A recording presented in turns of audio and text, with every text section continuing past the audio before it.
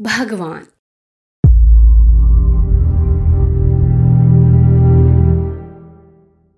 ब्रह्म की चौथी शक्ति भगवान है। भगवान भक्तों के वश में होते हैं। भक्त जैसे चाहते हैं उन्हें नचाते हैं। भक्त जिस रूप में उनका दर्शन करना चाहते हैं उसी रूप में प्रकट होते हैं और उनसे जो याचना या कामना करते हैं उसे पूरा करते हैं। भगवान की कृपा से भक्तों को बड़े बड़े लाभ होते हैं, परंतु ये भी स्मरण रखने की बात है कि वे केवल भक्तों को ही लाभ पहुंचाते हैं। जिनमें भक्ति नहीं है उनको भगवान से भी कुछ लाभ नहीं हो सकता। अनेकों देवी देवता भगवान के ही रूप हैं। जिस देवता के रूप में भगवान का भजन किया जाता है उसी रूप में वैसे ही फल उपस्थित करते हुए भगवान प्रकट होते हैं। भगवान की कोई स्वतंत्र सत्ता नहीं है। आत्मा के ही सशक्त क्रिया रूप को भगवान कहते हैं। आत्मा अनंत शक्तियों का पुंज है। उसकी जिस शक्ति को प्रदीप्त, प्रचंड एवं प्रस्फुटित बनाया जाए वह शक्ति एक बलवान देवता के रूप में प्रकट होती है और कार्य करती है। किसी पक्के गुंबजदार मकान में आवाज करने से वह मकान गूंज उठता है। आवाज की प्रतिध्वनि चारों ओर बोलने लगती है। रबर की गेंद को किसी दीवार पर फेंक कर मारा जाए तो जितने जोर से उसे फेंका था, टक्कर खाने के बाद वह उतने ही जोर से लौट आती है। इसी प्रकार अंतरंग शक्तियों का विश्वास के आधार पर जब एकीकरण किया जाता है तो उससे आश्चर्यजनक परिणाम उत्पन्न होते हैं। सूर्य की किरणों को आतिशी शीशे के द्वारा केंद्र बिंदु पर एकत्रित किया जाए तो इतनी गर्मी उत्पन्न हो जाती है कि उस केंद्र में अग्नि जलने लगती है। मानसिक शक्तियों को किसी इष्ट देव को केंद्र मानकर यदि एकत्रित किया जाए तो एक सूक्ष्म सजीव चेतना उत्पन्न हो जाती है। यह श्रद्धा निर्मित सजीव चेतना ही भगवान है। गोस्वामी तुलसीदास जी ने रामायण में भवानी शंकरो वंदे श्रद्धा विश्वास रूपिणो इस श्लोक में यही भाव प्रकट किया है। उन्होंने भवानी तथा शंकर को श्रद्धा और विश्वास बताया है। श्रद्धा साक्षात भवानी है और विश्वास मनुष्य को मृत्यु के मुख से बचा सकता है और जीवित मनुष्य को क्षण भर में रोगी बनाकर मृत्यु के मुख में धकेल सकता है। शंका डायन मनसा भूत, ये कहावत किसी बड़े अनुभवी ने प्रचलित की है। चित्त से उत्पन्न हुई शंका डायन बन जाती है और मन का भय भूत का रूप धारण करके सामने आ खड़ा होता है। रस्सी को सांप, झाड़ी को भूत, कड़वे पानी को जहर बना देने की और मृत्यु का खतरा उत्पन्न करने की शक्ति विश्वास में मौजूद है। केवल घातक ही नहीं, निर्माणात्मक शक्ति भी इसमें है। कहते हैं मानो तो देव, नहीं तो पत्थर ही है। पत्थर को देव बना देने वाला विश्वास है। विश्वास की शक्ति अपार है। शास्त्र कहता है विश्वासो फलदायकः। मंत्र शक्ति तथा देव शक्ति और कुछ नहीं, आत्मशक्ति या इच्छा शक्ति का दूसरा नाम है। ध्यान, जप, अनुष्ठान आदि की योगमयी साधनाएं एक प्रकार का मानसिक व्यायाम है। जैसे शारीरिक व्यायाम करने से देह पुष्ट होती है और निरोगता, सुंदरता, दीर्घायु, भोग, सुख, सहन शक्ति, धन उपार्जन तथा कठिन कष्ट साध्य कामों को पूरा करने की प्रत्यक्ष सिद्धियां प्राप्त होती हैं, वैसे ही मानसिक साधनाओं द्वारा, आराधना, उपासना द्वारा मनोबल बढ़ता है और उससे नाना प्रकार की अलौकिक शक्तियां उत्पन्न होती हैं। मंत्र शक्ति, देव शक्ति से जो कार्य पूरे होते हैं वे किसी दूसरे के द्वारा प्राप्त नहीं होते, वरन अपने ही पुरुषार्थ द्वारा, अपनी आत्मशक्तियों द्वारा उपलब्ध होते हैं। साधना एक वैज्ञानिक प्रक्रिया है जिसके द्वारा आत्मशक्तियां बलवान होती हैं और मन चाहे परिणाम उपस्थित करती हैं। भक्त भगवान का पिता है।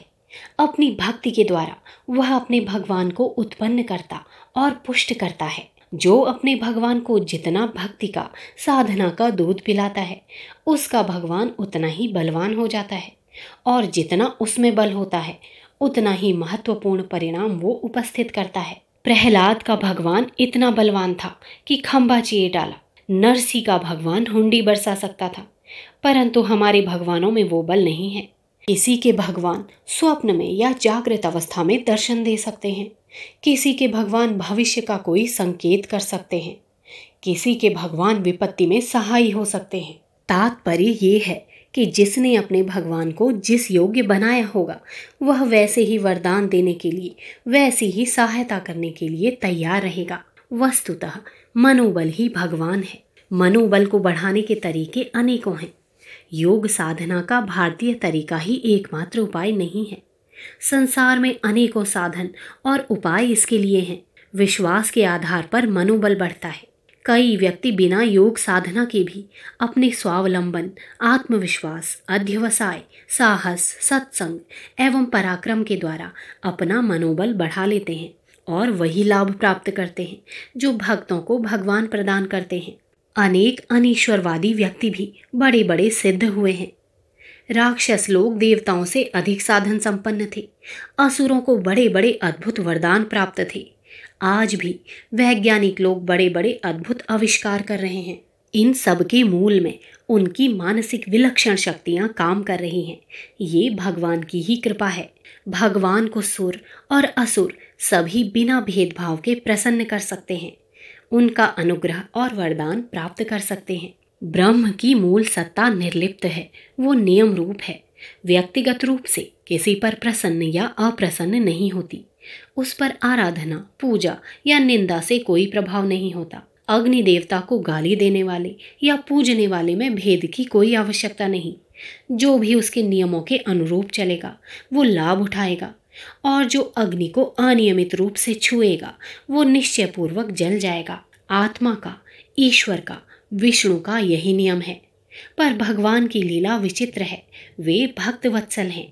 उन्हें जो जिस भाव से भजता है, कुएं की आवाज की तरह से उसे वे वैसे ही भजने लगते हैं। कीर्तन, कथा, जप, तप, पूजा पाठ, ध्यान, भजन ये भगवान की प्रसन्नता के लिए ही हैं। श्रद्धा और विश्वास ना हो तो सारे अनुष्ठान निष्फल हैं। भगवान से, आत्मबल से आस्तिक नास्तिक सभी अपने अपने ढंग से लाभ उठाते हैं। संसार के महापुरुषों की जीवनियां पढ़ने पर उनके अद्भुत आश्चर्यजनक कार्यों का जो विवरण मिलता है उससे हम आश्चर्यचकित रह जाते हैं और सोचते हैं कि किसी देवता की कृपा से ही वे इतने बड़े कार्यों को पूरा कर सके होंगे। वह देवता भगवान है जिसे मनोबल भी कहते हैं। प्रयत्न से, साधना से, विश्वास से, श्रद्धा भक्ति से मनोबल बढ़ता है और फिर उसकी सहायता से बड़े बड़े कठिन कार्य पूरे हो जाते हैं। मैस्मरिज्म विद्या जानने वाले अपने अकिंचन मनोबल से बड़े बड़े खेल दिखाते हैं। ये बल अधिक हो जाता है तो जिस दिशा में भी चाहे मनुष्य मोर्चे पर मोर्चा फतह करता हुआ आगे बढ़ता जाता है। अनायास अप्रत्याशित सुअवसर भी उसे प्राप्त होते हैं। धन को देखकर धन, वैभव को देखकर वैभव और सौभाग्य को देखकर सौभाग्य अपने आप अनायास टपक पड़ते हैं। इन अनायास लाभों में भी सबल की सहायता का ईश्वरीय नियम काम किया करता है। भगवान कल्प वृक्ष हैं। उन्हें जो जिस भाव से भजता है उसकी इच्छा पूर्ण करते हैं। दूसरे शब्दों में यूँ कह सकते हैं कि जो व्यक्ति मन तत्व के जिस पहलू को बलवान बना लेता है उस दिशा में पर्याप्त सफलताएं मिलती हैं। इस प्रकार चतुर्मुखी ब्रह्मा की क्रिया पद्धति इस सृष्टि में दृष्टिगोचर हो रही है। उपनिषदों में इसे 4 वर्ण वाला ब्रह्म भी कहा गया है।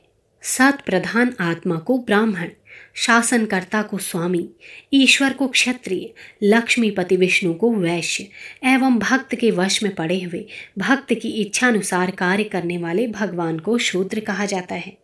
यह विचार भेद उसकी शक्तियों का रूप समझने और समझाने के लिए आचार्यों ने उपस्थित किया है। वस्तुतः उसकी अनंत शक्तियां हैं और वह मनुष्य की बुद्धि की पहुंच से बहुत अधिक आगे है। पुस्तक गायत्री मंत्र के प्रथम पद ओम भूर्भुवः स्वः की व्याख्या। ईश्वर का विराट रूप। लेखक पंडित श्री राम शर्मा आचार्य। अगर आपको हमारी ये वीडियो पसंद आई हो तो इसको लाइक करें, कमेंट और शेयर ज़रूर करें और हमारे YouTube चैनल ऋषि चिंतन को सब्सक्राइब भी कर लें। साथ ही बेल आइकन को भी दबाएं ताकि आपको आने वाली वीडियोस की नोटिफिकेशंस मिलती रहें। धन्यवाद।